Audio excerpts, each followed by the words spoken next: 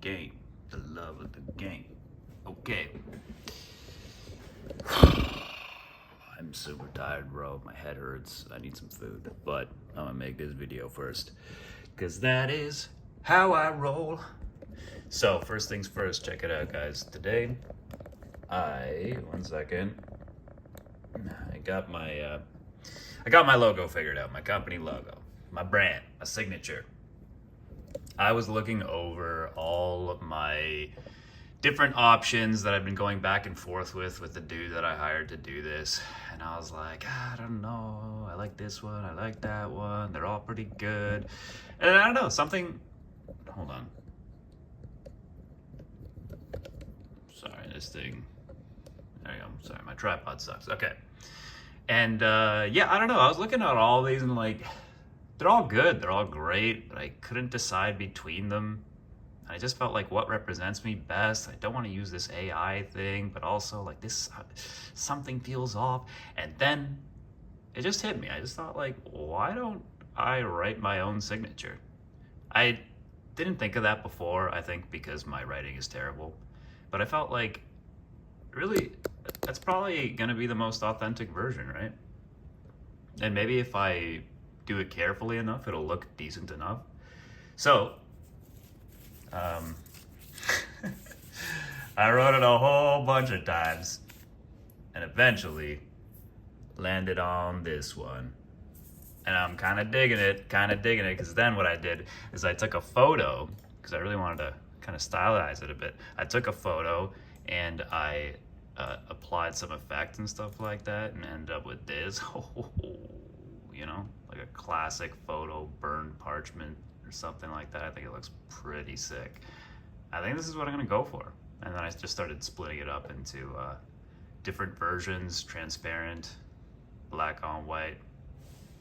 You can see some of the details still in there, white on black. I think that's pretty sick. My writing really isn't that great, but but whatever. I think it's cool. I'm happy with it. It's extremely personal. I think it's gonna be iconic. You know what I mean? So I'm real happy with that. Now, second thing, I got a decent amount of work done on the game today. Let's open that up right here. I got the archers pretty much completely finished. All their artwork is in now. They fire properly and everything. The only thing is I think their heads come off their shoulders a little bit in some situations. But it's looking pretty good. And then hopefully tomorrow, I'm going to start putting the level together. So you can see here, got the highlighting working, you can see them shooting. The arrows are looking proper now. Oh, I'll let this guy down there. Looking pretty nice, You can also block the arrows, you can dodge them. Working pretty well. Oh. So yeah, pretty sweet. Not really much else to show there. All the animations are looking good. And I'm on a roll here, folks. I'm on a roll.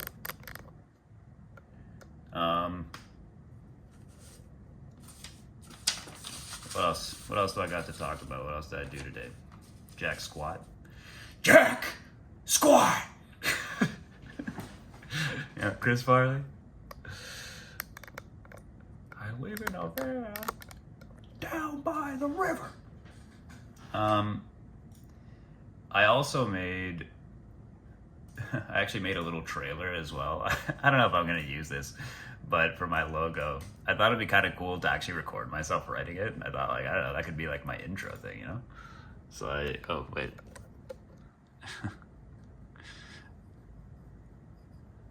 I think,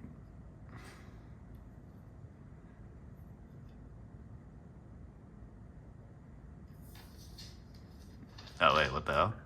Oh, sorry, that's not my actual trailer. Where's my trailer? There's my trailer.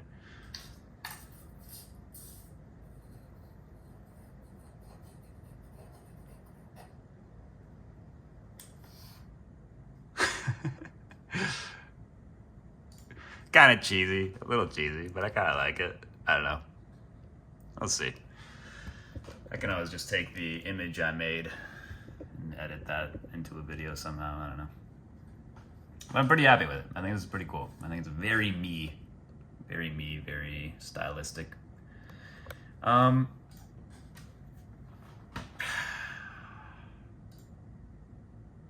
right. I also don't have too much battery left on my camera right now, so I am going to hopefully get this done pretty fast. ChatGPT. I've been very annoyed by ChatGPT. I noticed I have developed a very bad habit. Every single time I making something, like my logo here, I realize I actually have an impulse now because I've been doing it so often where I write something, I make a picture, whatever, I send it to ChatGPT and I see what does it think of it. Hey, give me your opinion, ChatGPT. And it just struck me like, dude, I'm asking for the subjective artistic opinion of a fucking programmed robot. Like, what am I doing, you know? And now that I'm in this new mentality of just feeling it out, going for it, going with whatever my gut tells me and not thinking at all about statistics or followers or any of that kind of crap, I was thinking, I gotta stop with this ChatGPT stuff too. Like, why am I always asking for its opinion? I mean, I don't even really follow it either. Like, I do my own thing, but but still. It was very disturbing to me that I have like a tick in my brain now that's like every time I make something, oh, let's see what ChatGPT says about it. I guess it's kind of nice to have, I think it's like the feeling of having someone who's always there where you send it something, it's like, wow, you're not just awesome, you're killing it, you know what I mean? Like, no matter what you do, it's always like, this is amazing, you are actually the greatest. But anyway, still, I'm gonna stop doing that. Stop doing that. I'm just gonna go with whatever I do. No more asking ChatGPT. Goes hand in hand with not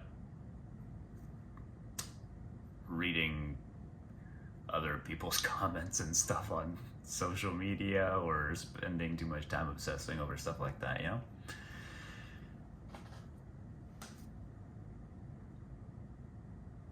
Yeah, all right. I don't have too much to say. That's it. That's all I got done today.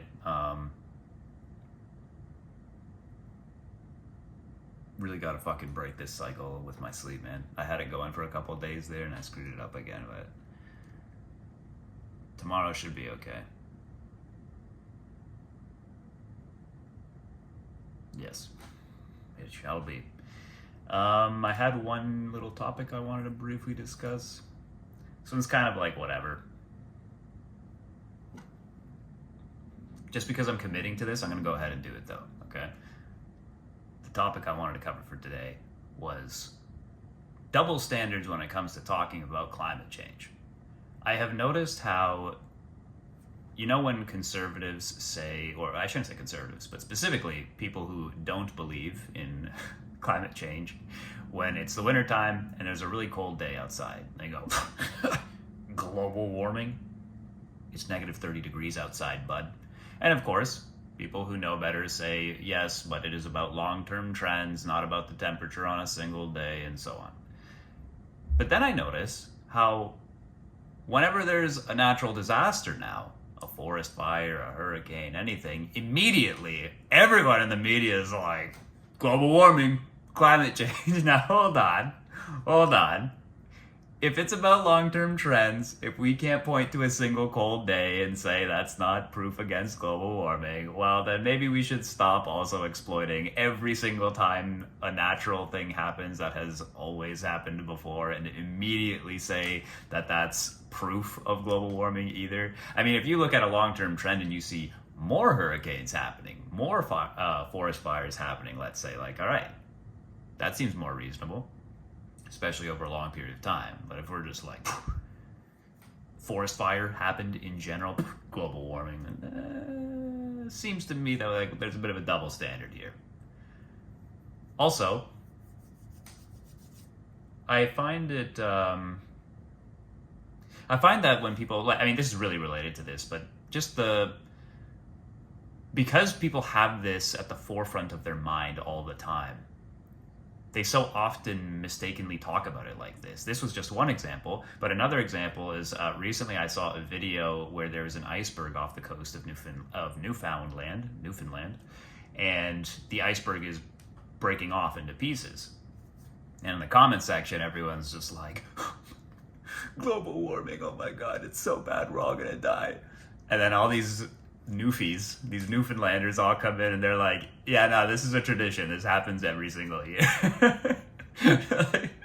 It's literally like a celebration thing we do, where like every summer an iceberg comes down to, I guess, somewhere off the coast there, and then it breaks down in front of them, and it's like a thing you can go and watch. It's pretty cool.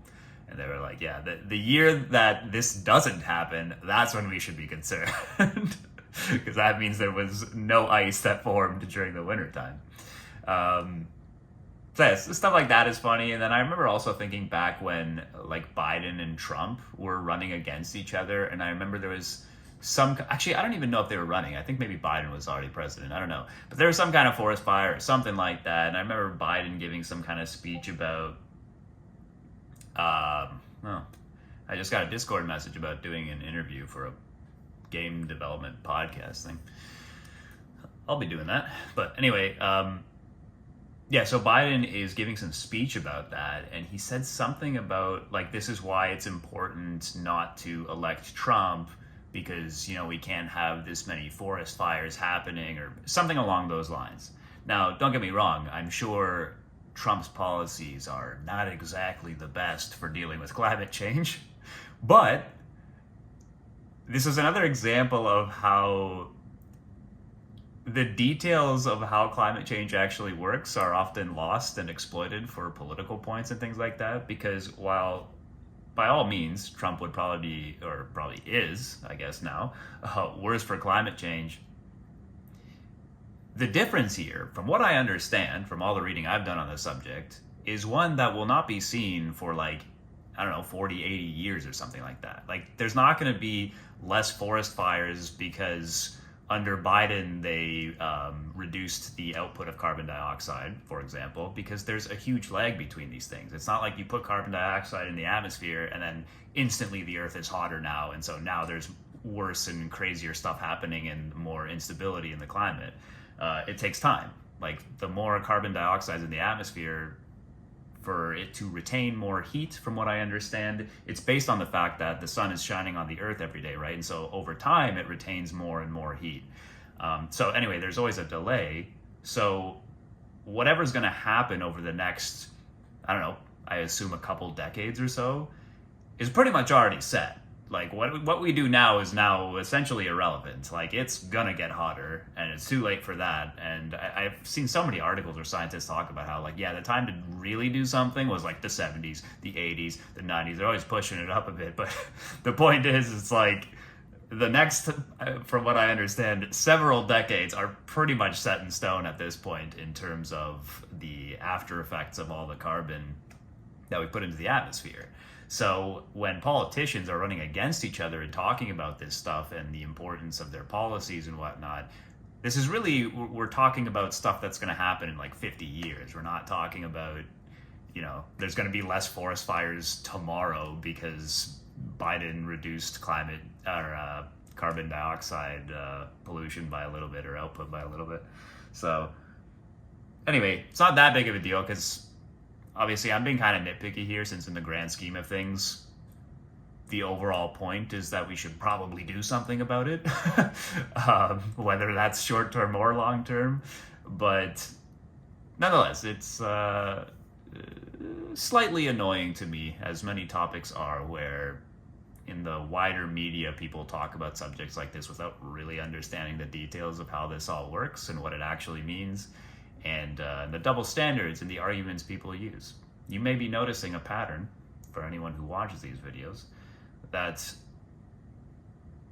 oftentimes when I look at different subjects and debates about things, I'm not all that interested so much in even giving my own opinion as I am in the nature of how people discuss these things.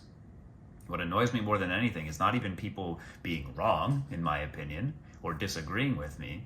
It's when they construct poor arguments and they, use double standards, or they contradict themselves, or they're unwilling to understand to the best of their ability the point of view of somebody else, or, well, you get the idea. Anyway, I'm just rambling here. My head hurts. I'm going to answer this dude about this podcast. And that was basically all I had to say about that topic, really. Not mind-blowingly interesting, but it's something. I am now on, day 11 of doing this? Pretty good, bro. I got this. I'm going to do this. I've been consistently posting on TikTok as well, and I've been messing around a little bit with Twitter and stuff. Not much success. I think I'm going to have to experiment a lot, but I'm getting into the groove of it. I'm feeling like I can do this. I can post a couple of things like every day on different platforms. I can make these videos once a day. I can get this into my routine. This is a good thing. And, well, whether I succeed or not, either way, I'll be able to say that I was prolific in my productivity. Yeah. Looking forward to getting the game further along. And I'll probably make a more proper YouTube video in like a couple weeks or so. All right, anyway, I'm rambling here, so I'm going to leave now. Peace. See you tomorrow.